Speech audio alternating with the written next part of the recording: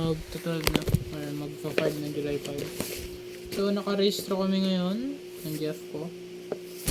Pero daming ng ano, like mali na ilagay kong date. Dinouble check naman pero ko alam. Then yung sa Jeff ko naman wala siyang nilagay na contact number. Dinouble check din pero yun.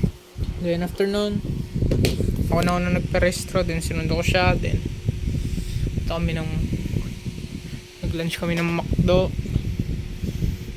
Malaking, and picture, then umuwi, nag-ayos ng damit niya, nagtupi ako, then natulog, then naayos hindi naman inayos, parang inalis namin yung computer doon, kasi magkakaroon na siya ng bagong computer kasi yung computer old na rin.